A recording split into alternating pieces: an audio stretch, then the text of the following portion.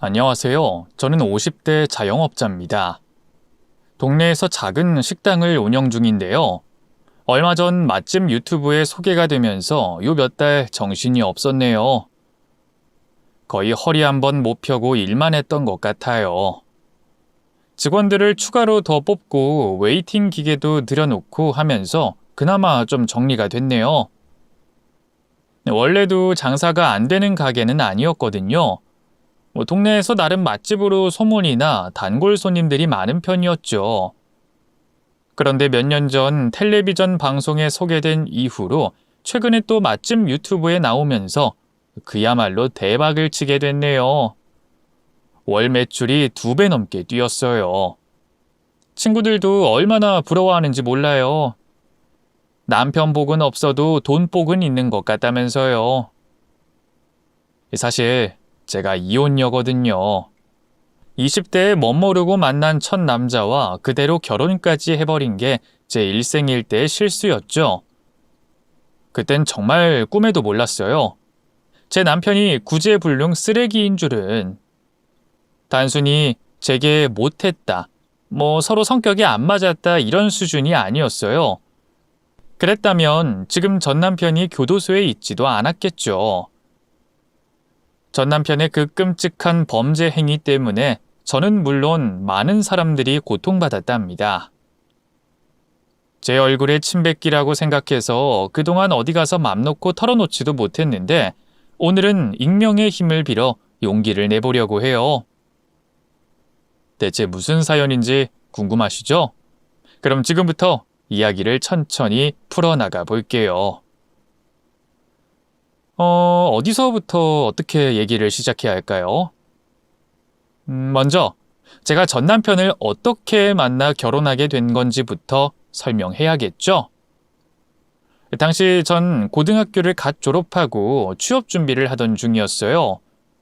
그 당시 저희 지역은 여자들이 대학 가는 게 드물기도 했고요. 무엇보다 부모님이 제가 하루라도 빨리 돈을 벌어 살림의 보탬이 되길 바라셨어요. 두 분 다 일평생 가난하게 산 농사꾼이었고 아들만 자식으로 생각하는 분들이었거든요. 공장만큼은 죽어도 가고 싶지 않았는데 별다른 학력도 기술도 없는 제가 할 수 있는 일은 많지 않더라고요. 결국 마을 이장님 소개로 인근에서 제일 큰 봉제 공장에 덜컥 취업하게 됐죠. 제 또래 혹은 언니들과 함께 나란히 앉아 종일 미싱을 돌리고 있다 보면 스스로가 기계가 된 느낌이었어요. 퇴근 후 집에 가면 온몸이 부서질 것처럼 아팠죠. 무엇보다 견디기 힘들었던 건 공장장의 폭언이었어요. 공장장은 미싱질이 조금만 늦어져도 화를 내면서 그럴 거면 공장 관두고 시집이나 가라는 등 모욕적인 발언들을 서슴지 않았죠. 공장에서의 삶은 잿빛 그 자체였어요. 맘 같아선 그만두고 싶었지만 그럴 수도 없었어요. 당시 제가 번 돈으로 남동생 학비를 대주고 있었거든요. 아들만 최고인 줄 아는 엄마는 제가 힘들다고 해도 아랑곳하지 않았죠. 남의 돈 버는 게 그럼 쉬운 줄 알았어? 네가 엄마처럼 하루 종일 떼약 볕에서 밭일을 해봐야 정신을 차리지. 편하게 실내에 앉아서 미싱이나 돌리는 게 힘들면 얼마나 힘들다고. 하여간 누가 기집애 아니라 할까봐 유난이 아니라 정말 힘들단 말이야. 공장장 그 인간 완전 또라이야. 엊그제는 갑자기 술 먹고 들어와선 어깨 결리지 않냐고 자기가 주물러 주겠다고 젊은 여자들한테 추근덕거린다고. 그런 건 네가 알아서 잘 피해야지. 요즘 여자들 몸가짐 조심해야 된다는 말이 괜히 나온 줄 알아? 당장 너 그만두면 병식이 학비는 어떡하고. 이번에도 흉작이라 마이너스인데 너라도 하나뿐인 남동생 뒷바라지 해줘야지. 누가 일 안 한대? 여기 그만두고 다른 일 알아보면 되잖아. 아이고, 네가 무슨 재주로 또 취업을 해? 시끄럽고 너희 아버지한테 다 말하기 전에 얌전히 입 닫고 다녀. 엄마와는 도무지 말이 통하지 않았어요. 툭하면 매질을 하는 아버지 역시 마찬가지였죠. 두 분 다 절 그저 남동생 뒷바라지하는 도구 그 이상으로는 취급하지 않았던 것 같아요. 그런 와중에 공장장의 만행은 더욱더 심해졌죠. 업무 시간에 자꾸만 술을 먹고 들어와 행패를 부렸죠.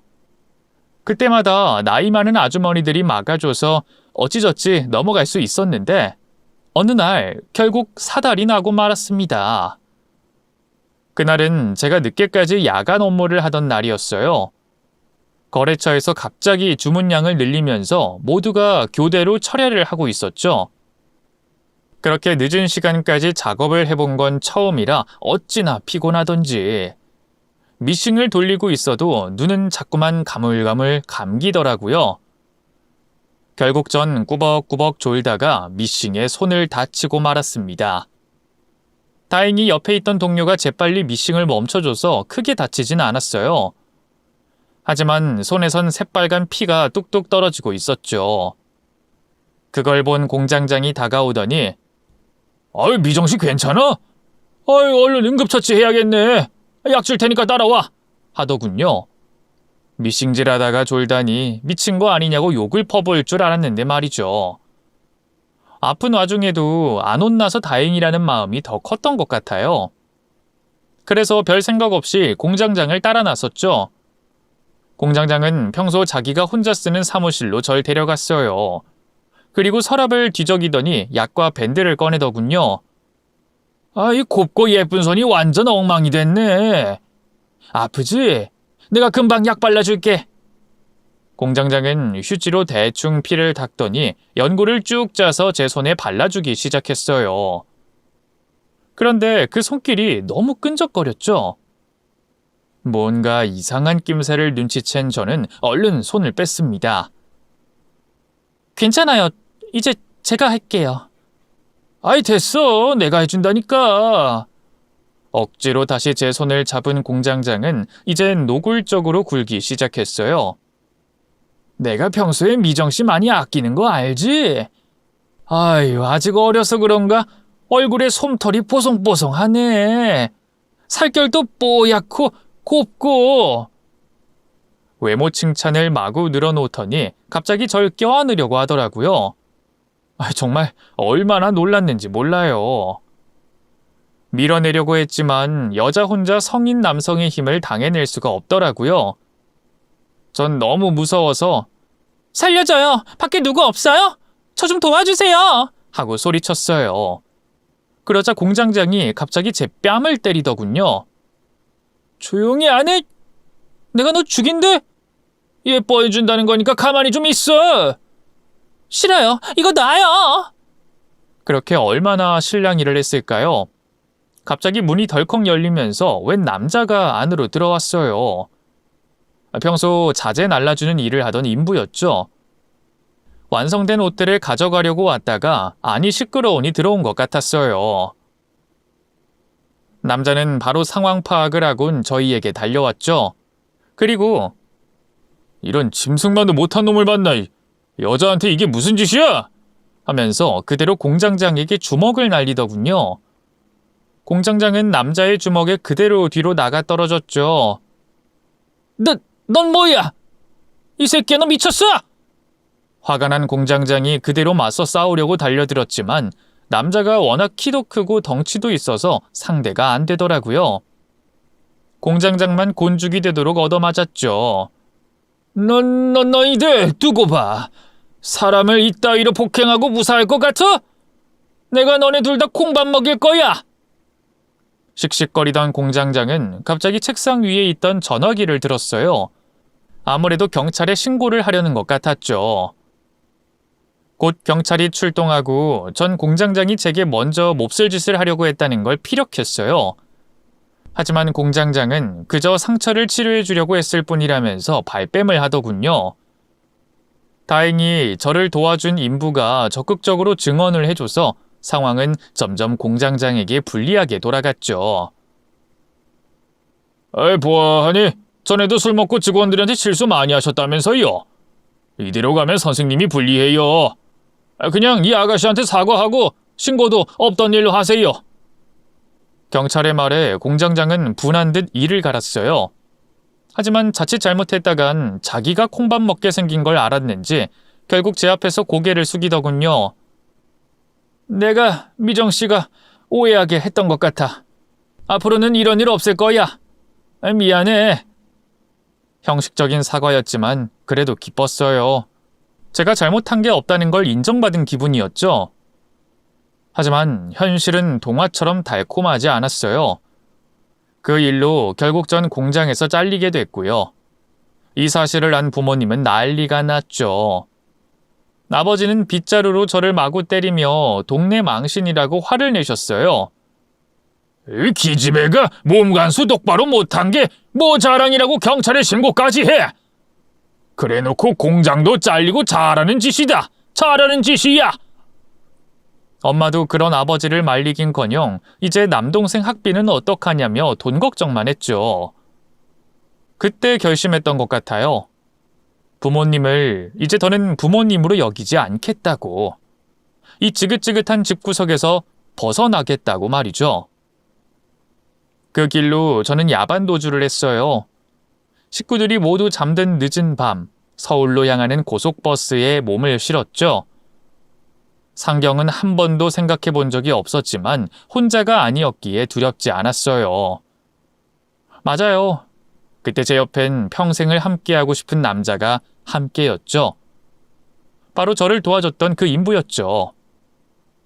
부모님은 모르셨겠지만 그쯤에 이미 저는 그 남자와 서로 깊이 사랑하는 사이였어요. 왜 아니겠어요. 위기의 순간에 저를 구해준 백마탄 왕자님이나 다름없었는데요.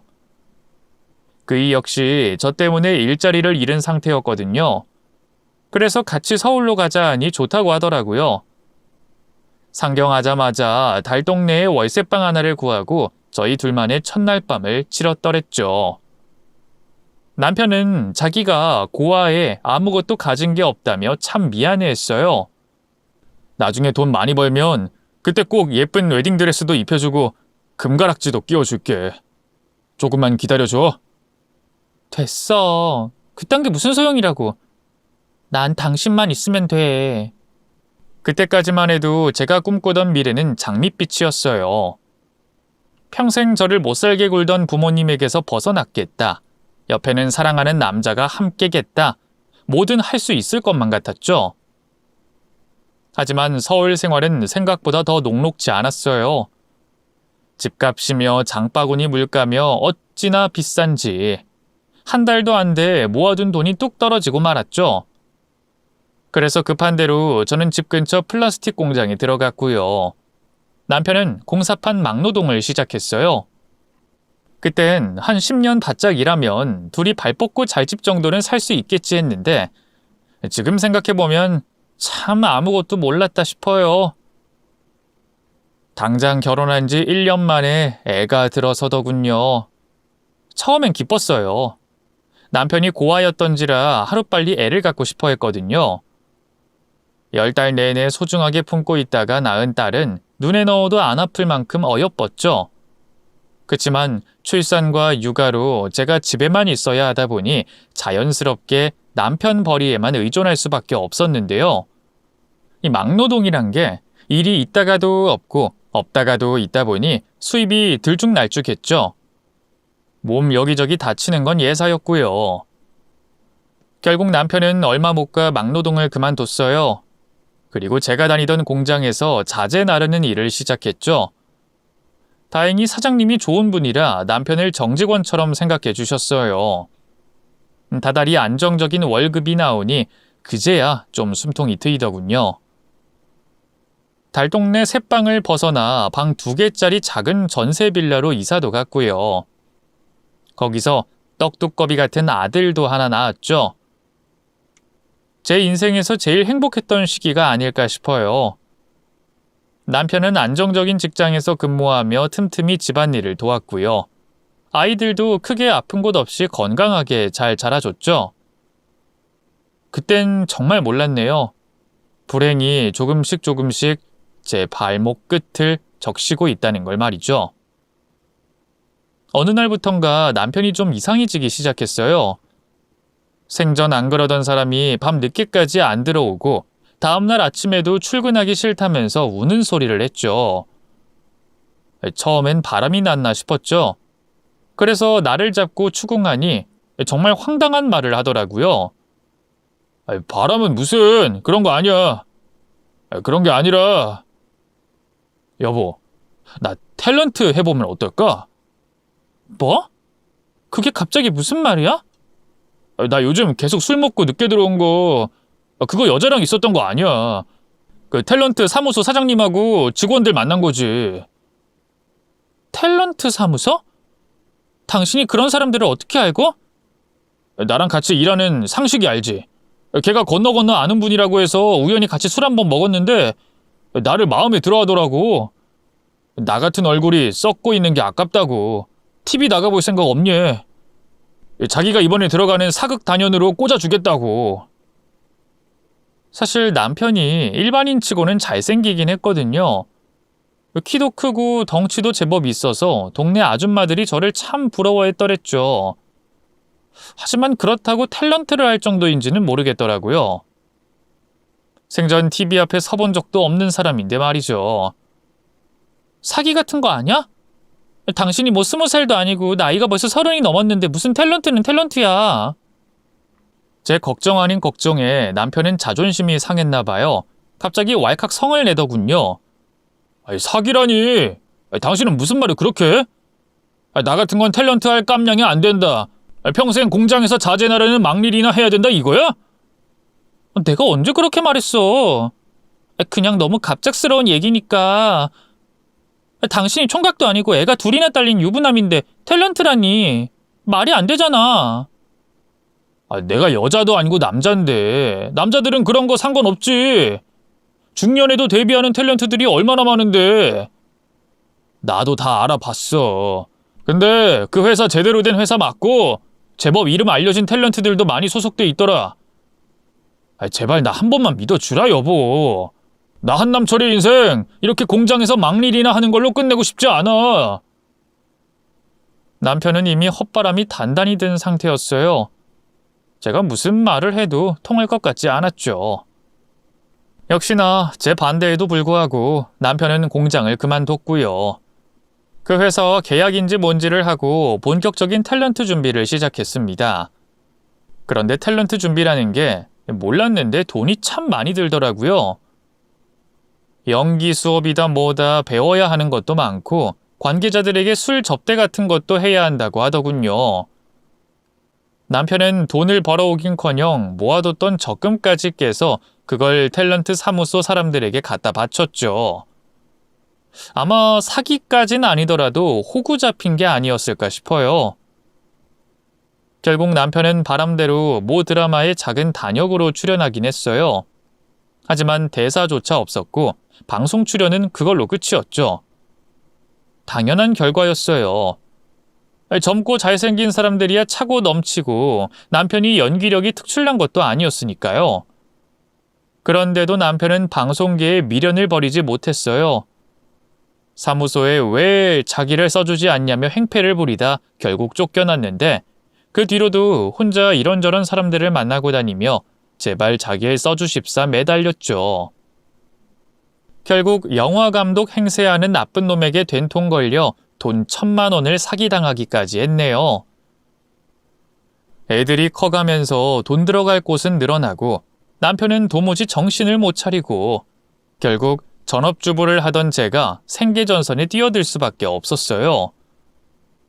이미 나이는 먹을 대로 먹고 육아로 경력까지 단절된 상태라 일자리를 찾는 게 쉽지 않았네요. 식당 설거지, 빌딩 청소 같은 일을 전전하며 참 힘들게 살았죠. 그런데도 남편은 여전히 정신을 못 차렸어요. 사기당한 뒤로는 탤런트의 꿈을 완전히 접은 듯 했지만 새 직장을 구하긴커녕 시리에 빠져 집에서 술만 퍼마셨죠. 자연스레 부부 사이도 악화됐어요. 이미 남편이 탤런트 한답시고 저와 아이들을 나몰라라 할 때부터 사이가 나쁘긴 했지만 그래도 그럭저럭 잘 지냈는데 시간이 흘러도 바뀔 생각을 않는 남편을 보니 저도 점점 지치더라고요. 제발 나가서 뭐든 일 좀 하라고 해도 남편은 들은 척도 하지 않았어요. 오히려 자기를 무시한다면서 화만 냈죠. 술김에 주먹을 휘두른 적도 있었네요. 도대체 이런 남자를 뭘 믿고 결혼까지 한 건지 스스로가 한심했죠. 맘 같아선 이혼이라도 하고 싶었지만 그래도 아이들을 생각하면 차마 그럴 수가 없었죠. 하늘에서 그런 저를 가엾게 여겼던 걸까요? 큰딸이 중학교에 들어갈 무렵 지인의 소개로 정수기 방문 점검 일을 하게 됐어요. 정수기가 설치된 집마다 돌아다니면서 필터 교체를 해주는 게 주 업무였는데 빌딩 청소나 설거지 일에 비해 벌이가 훨씬 좋고 안정적이었죠. 물론 쉬운 일은 아니었어요. 여기저기 돌아다니며 발품을 팔아야 하고 일종의 서비스직이다 보니 막대하는 사람들도 많았거든요. 그래도 목구멍이 포도청이라고 감사한 마음으로 열심히 일했죠. 그쯤 남편도 갑자기 무슨 바람이 불었는지 술을 끊고 밖으로 나다니기 시작했어요. 이발소 가서 머리도 단정하게 깎고 옷도 번듯하게 차려입고 말이죠. 게다가 가끔 아이들 먹으라면서 치킨 같은 걸 사오기도 했어요. 당신 혹시 다시 일 시작한 거야? 제 물음에 남편은 묘한 미소를 짓더군요. 일? 뭐 비슷해.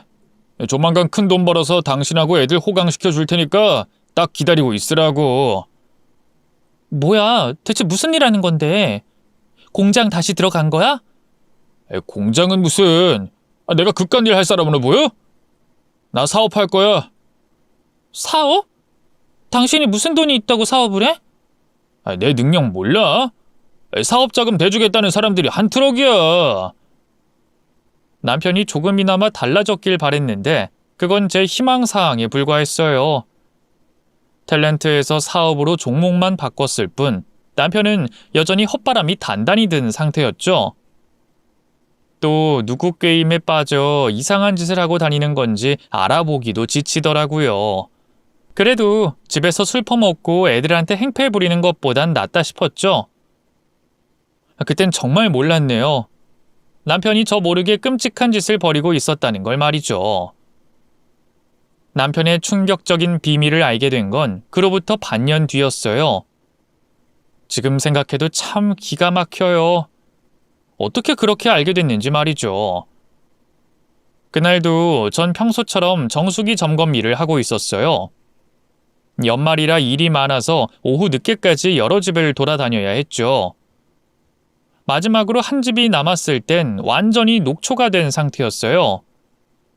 그래도 이 집만 끝내면 퇴근할 수 있다고 생각하니 힘이 나더군요. 신규 회원 집이라 좀 긴장한 상태로 배를 눌렀던 것 같아요. 정수기 점검 왔다고 하니 문이 열리면서 젊은 아가씨가 맞이해 주더군요. 딱 봐도 갓 결혼한 새댁 같았어요. 인사를 나누고 바로 주방으로 가서 정수기 필터를 교체하려는데 아뿔싸 갑자기 배가 아픈 거예요. 낭패다 싶어 인상을 찡그리고 있자니 새댁이 왜 그러냐고 묻더군요. 저기 혹시 화장실 좀 쓸 수 있을까요? 어머, 그럼요. 이쪽으로 오세요. 다행히 새댁은 흔쾌히 저를 화장실로 안내했어요. 바로 안으로 들어가 볼일을 보니 그제야 좀 살 것 같더군요. 얼른 일어나 세면대에서 손을 씻고 나오려는데 갑자기 익숙한 냄새가 코를 찌르는 거예요. 바로 남편이 평소 쓰는 샤워코롱 향이었죠.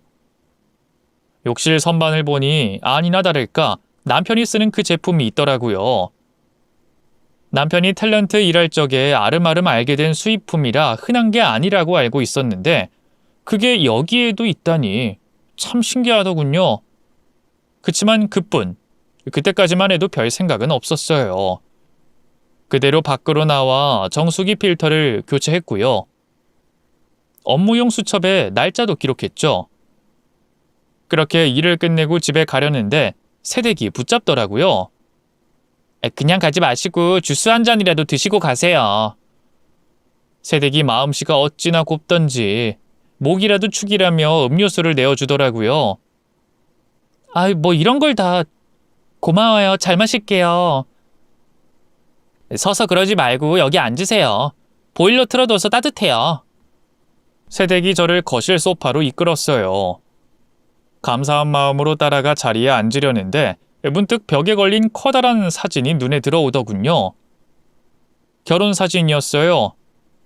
새하얀 웨딩드레스를 입은 채 미소 짓는 새댁 얼굴이 어찌나 곱던지 식다운 식을 올려본 적이 없어 부러운 마음으로 보던 저는 그대로 충격에 굳어버리고 말았습니다. 새댁의 손을 잡고 옆에 선 신랑의 얼굴이 다름 아닌 제 남편의 얼굴과 똑같았거든요. 제가 뚫어져라 웨딩 사진을 바라보자 새댁이 수줍게 말을 걸었어요. 사진이 너무 크죠?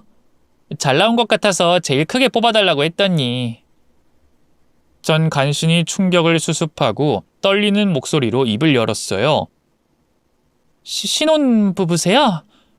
결혼한 지 얼마나 됐어요? 이제 3개월 됐어요. 결혼 어디서 했어요? 남편은 뭐 하는 사람이고요? 갑작스러운 제 질문에 새댁은 당황한 것 같았어요. 그래도 부드럽게 웃으며 대답해 주더군요. 저희 신랑 사업해요. 어찌나 바쁜지 일주일에 한 번 얼굴 볼까 말까 해요. 결혼은 이 근처 예식장에서 했고요. 신랑도 저도 다 서울 토박이라. 근데 그런 게 왜 궁금하세요? 제 조카도 곧 결혼 앞두고 있는데 식장이 너무 예뻐서요. 혹시 예식 사진 더 있으면 볼 수 있을까요? 급하게 둘러댄 핑계에도 새댁은 아무 의심도 않더라고요. 오히려 자기 핸드폰을 꺼내 결혼식 때 찍은 사진들을 보여주더군요. 전 눈에 불을 켜고 수십 장의 사진들을 살펴봤어요. 하지만 아무리 봐도 남편 얼굴이 맞았죠. 신랑이 나이가 좀 있어 보이는데 몇 살이에요? 이름은요? 제가 꼬치꼬치 캐묻자 새댁도 좀 이상한 걸 느꼈나 봐요. 경계심을 갖고 절 쏘아보더군요. 그런 건 왜 물어보세요?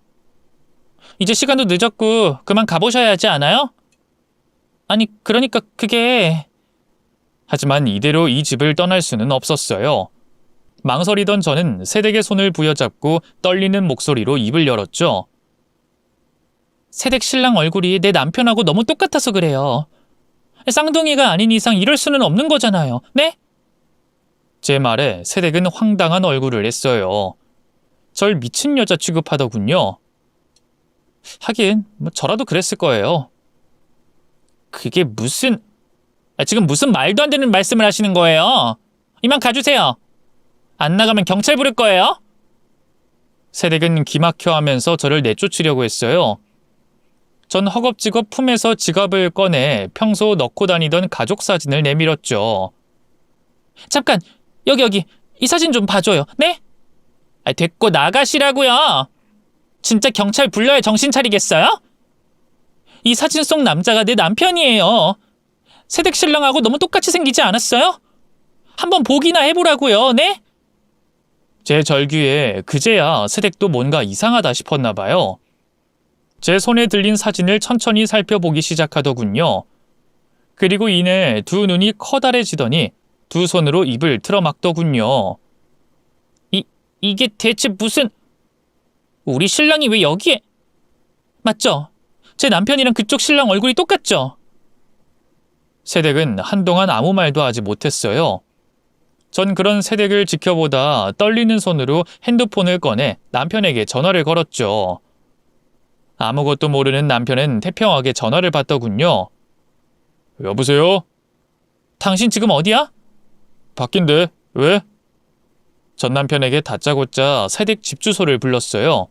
그리고 여기가 어딘진 당신이 더 잘 알겠지? 나 지금 그 여자랑 같이 있으니까 당장 여기로 튀어와! 하고 말했죠. 일종의 승부수를 던진 거였어요. 하지만 남편은 뭔 소리를 하는지 모르겠다는 듯 딱 잡아떼더군요. 뭐? 무슨 아파트? 거기가 어딘데 나더러오래. 갑자기 전화해서 뭔 미친 소리를 하고 있어. 잡아떼지 말고 당장 와. 안 그러면 나 이 여자랑 손잡고 경찰서 갈 거니까. 제 협박이 먹힌 걸까요? 아니면 상대할 가치도 없는 헛소리라 여긴 걸까요? 남편은 대답도 없이 그대로 툭 전화를 끊어버렸어요. 여기서 저희 남편 올 때까지 딱 1시간만 기다릴게요. 그래도 확인은 해봐야 하잖아요. 비슷한 사람인 건지 쌍둥이인 건지 아니면... 차마 뒷말을 잇지 못하는 저를 보면서 세댁은 말없이 고개를 끄덕였어요. 어느새 그 큰 눈에 눈물이 고여 있더군요. 세댁은 그대로 소파에 주저앉았고요. 저도 그 앞에 선 채로 남편을 기다렸죠. 사실 이미 답을 알고 있으면서도 제발 남편이 오지 않길 바랬던 것 같아요. 남편을 여전히 사랑해서도 굳게 믿어서도 아니었어요. 만약 남편이 따로 저 몰래 살림을 차린 게 사실이라면 스스로가 너무 비참해질 것 같아서였죠. 그렇게 얼마나 기다렸을까요? 갑자기 도어락 열리는 소리가 나더니 누군가 안으로 들어오더군요. 맞아요. 제 남편이었어요. 남편의 얼굴을 확인한 세댁이 어흑 소리를 내면서 그대로 바닥에 주저앉더군요. 전 그런 세댁을 뒤로하고 벌떡 일어났죠. 그리고 남편에게 다가가 따져 물었죠. 당신 이게 대체 어떻게 된 거야? 내가 정수기 필터 갈아주러 온 집에 여기에 왜 당신 결혼 사진이 걸려 있어? 남편은 하얗게 질린 얼굴로 어쩔 줄 몰라 하더군요. 그러니까 미정아, 그게... 당신 바람난 거야? 나 모르게 이 여자랑 바람난 거냐고? 그러자 고개를 쳐박고 울던 세댁이 번쩍 고개를 들더군요. 바람이라뇨? 전 이 사람 총각인 줄 알았어요. 그러니까 결혼을 했죠. 바람이라뇨? 아줌마가 저희 신랑하고 바람난 거 아니에요? 말도 안 되는 소리를 하는 세댁이 답답하더라고요. 그래서 남편과 대거리를 하다 말고 세댁을 향해 입을 열었죠. 결혼한 지 이제 3개월 됐다면서요. 저 이 인간하고 살맛대고 산 지가 벌써 10년이 넘었어요. 애도 둘이라고요. 뭐라고요? 그게 정말이에요? 그럴 리가... 제 말에 세댁은 큰 충격을 받은 것 같았어요. 온몸을 벌벌 떨면서 어쩔 줄 몰라 하더군요. 그러다 갑자기 벌떡 일어나 제 남편에게 매달리더라고요. 아니지, 다 거짓말이지? 오빠가 다른 여자 남편이라니, 내가 세컨이라니 그럴 리가 없잖아. 오빠 총각이라고 했잖아. 일에 치여 사느라 연애도 결혼도 못했다면서. 내가 첫사랑이라고 했잖아. 희연아, 그게 그러니까... 세댁 앞에서도 남편은 좀처럼 입을 열지 못했어요. 하긴 이 죄인이 무슨 할 말이 있겠어요. 그 모습을 본 세댁의 두 눈에서 불꽃이 튀더군요. 왜 말을 못해? 이 아줌마가 하는 말 다 거짓말이라고. 이 아줌마 미친 여자 같다고 왜 말을 못하냐고. 오빠 진짜 유부남이야? 나 속이고 접근한 거야? 아니잖아. 오빠가 나한테 그럴 리가 없잖아. 아니면 이거 몰래카메라야? 다들 짜고 나 속이는 거야? 급기야 현실 부정까지 하는 모습을 보고 있자니 참 안쓰럽더라고요. 하지만 누가 누굴 동정하겠어요. 제 처지도 그 세댁과 크게 다르지 않았는데요. 세댁, 일단 진정해요.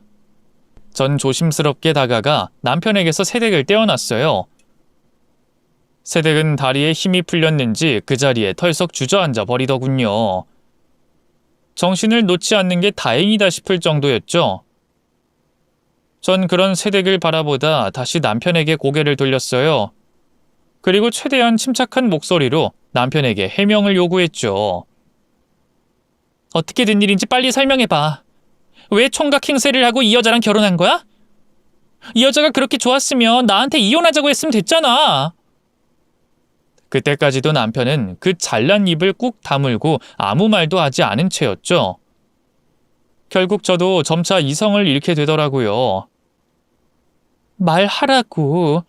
대체 왜 이런 끔찍한 짓을 벌인 거야? 왜? 정말 경찰 불러야 순순히 말할 거야?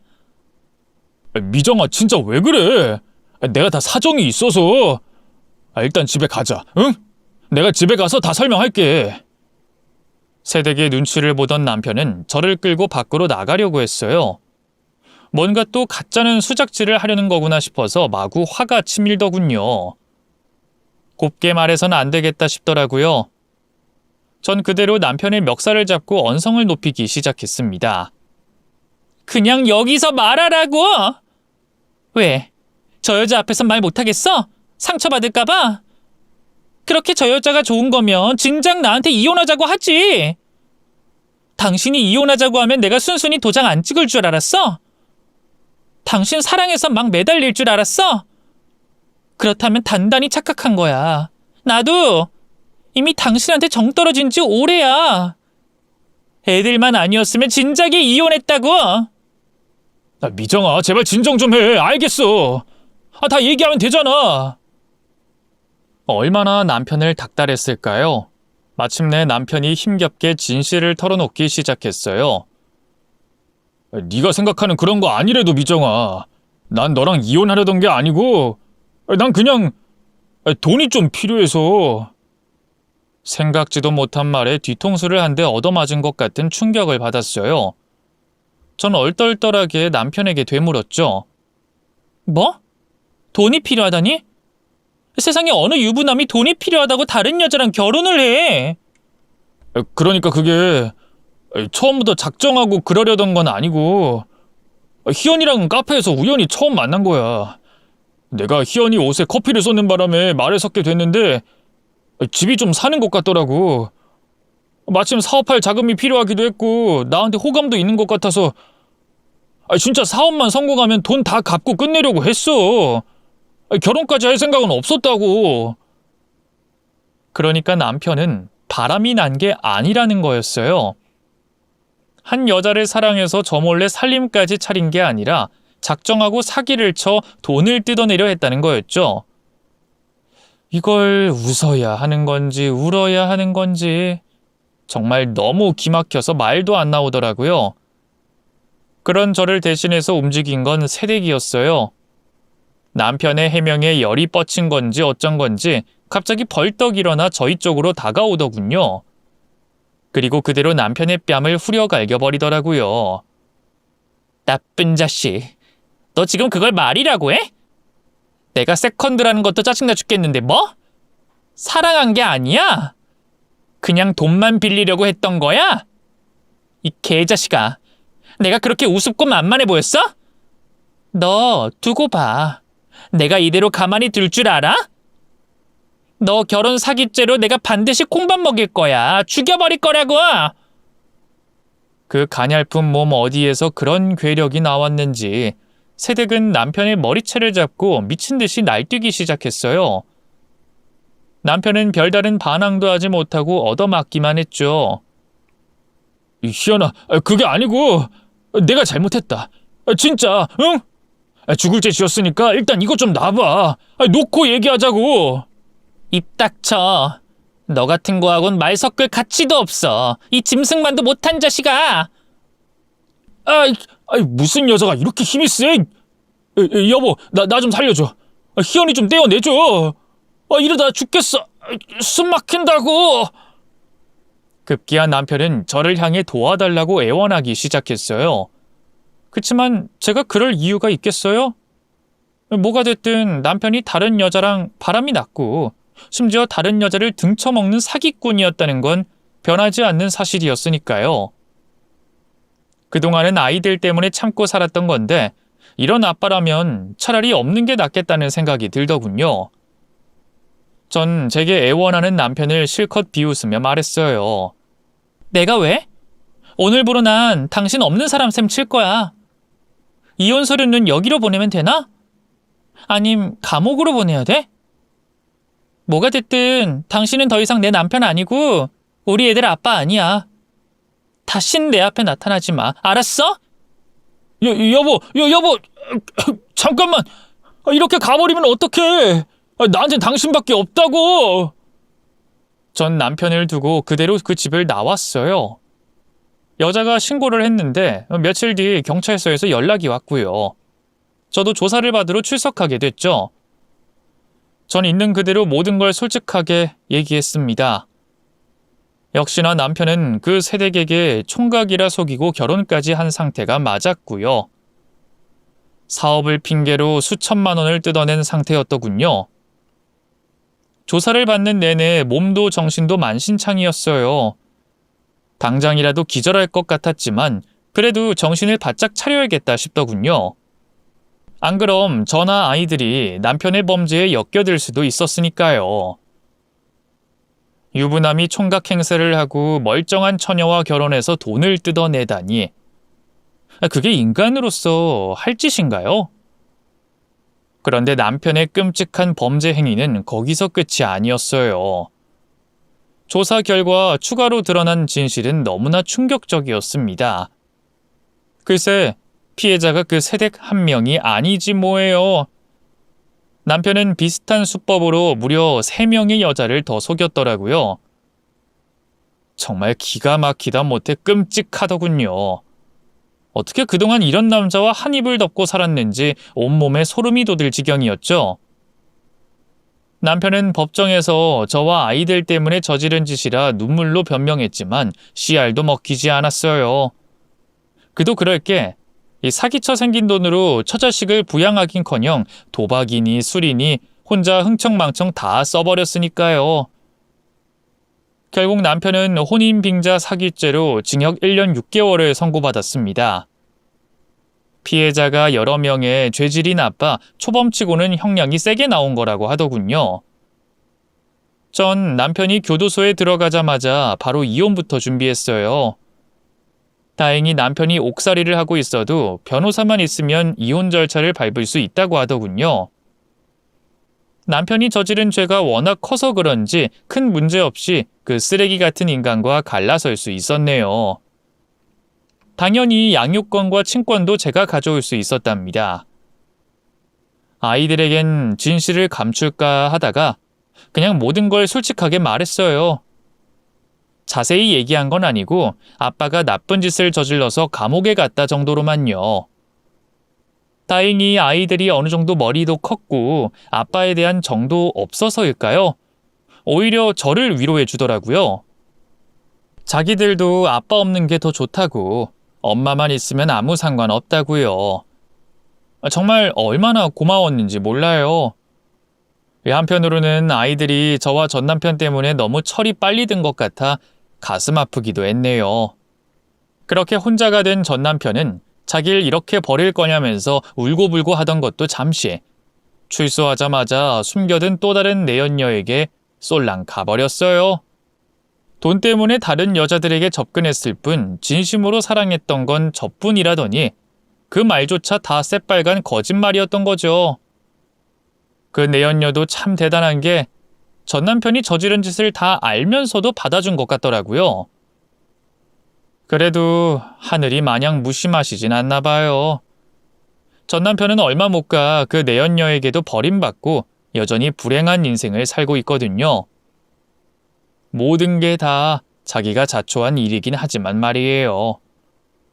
콩밥 먹고 나면 진심으로 회개하고 새 사람 되는 경우도 있다던데 전 남편에겐 전혀 해당 사항이 없는 말인가 봐요. 전 남편은 출소 후에도 술만 퍼마시고 쓰레기같이 살았고요. 뻑하면 사고쳐서 깜빵을 제 집처럼 드나들었어요. 그나마 그 잘난 얼굴 때문에 붙어있던 여자들도 얼마 못 가 다 떠나버렸죠. 새 여자를 꼬시려고 해도 아마 이젠 안 될 거예요. 술 때문에 신장도 다 망가졌고 얼굴도 다 늙어 쭈글쭈글해진 지 오래니까요. 지인에게 건너 들었는데 최근에도 길 가던 행인과 시비가 붙어 폭행죄로 또 들어갔대요. 전과 때문에 아무래도 이번엔 쉽게 출소하기 힘들 것 같다고 하더군요. 이젠 안쓰럽다는 생각조차 들지 않아요. 그저 애들에게 아빠랍시고 나중에 발목이나 잡으려 드는 게 아닐지 그게 걱정이죠. 그래도 미리 변호사한테 자문을 구해 이런저런 준비도 다 해뒀고요. 아이들도 저를 닮아 똑똑하니 설사 문제가 생긴다 한들 잘 헤쳐나갈 수 있을 거라 믿어요. 인생이 완전히 나락으로 간 남편과 달리 저는 이혼 후 너무 잘 살고 있어요. 정숙이 일하면서 모은 돈으로 제 가게도 차렸고요. 감사하게도 손님들이 끊이질 않아 아이 둘 돈 걱정 없이 잘 먹이고 입히고 대학은 물론 해외 유학까지 보내줬네요. 덕분에 큰딸은 지금 간호사로 일하고 있고요. 아들도 이름만 들으면 누구나 다 아는 대기업에 다닌답니다. 다들 여자 혼자모로 자식 농사 참 잘 지었다면서 부러워하죠. 그리고 이건 아직 친한 친구들에게도 말하지 못한 건데 남편과 이혼 후 내내 혼자던 저도 최근 만나는 사람이 생겼어요. 늙음하게 무슨 주책이냐 할 수도 있지만 100세 시대에 50대면 아직 청춘이잖아요. 곁을 주지 않던 제 옆에서 오랜 시간 묵묵히 기다려준 참 고마운 사람이랍니다. 전 남편과 달리 성실하게 회사도 잘 다니고 있고요. 자식들도 한번 보고 괜찮은 분 같다며 응원해주고 있어요. 아마 조만간 살림을 합치지 않을까 싶습니다. 전 남편한테 하도 대여서 다신 사랑 같은 건 못할 줄 알았는데 누가 알았겠어요. 반백살 넘어서 제 인생에 또다시 봄날이 찾아올 줄 말이죠. 역시 인생은 끝까지 살아봐야 아는 것 같아요. 혹시 지금 힘든 일을 겪고 계신 분들이 있다면 언젠가 찾아올 봄날을 기다리며 조금만 더 버티라고 말씀드리고 싶네요. 긴 얘기 들어주셔서 감사합니다. 모두 건강하세요.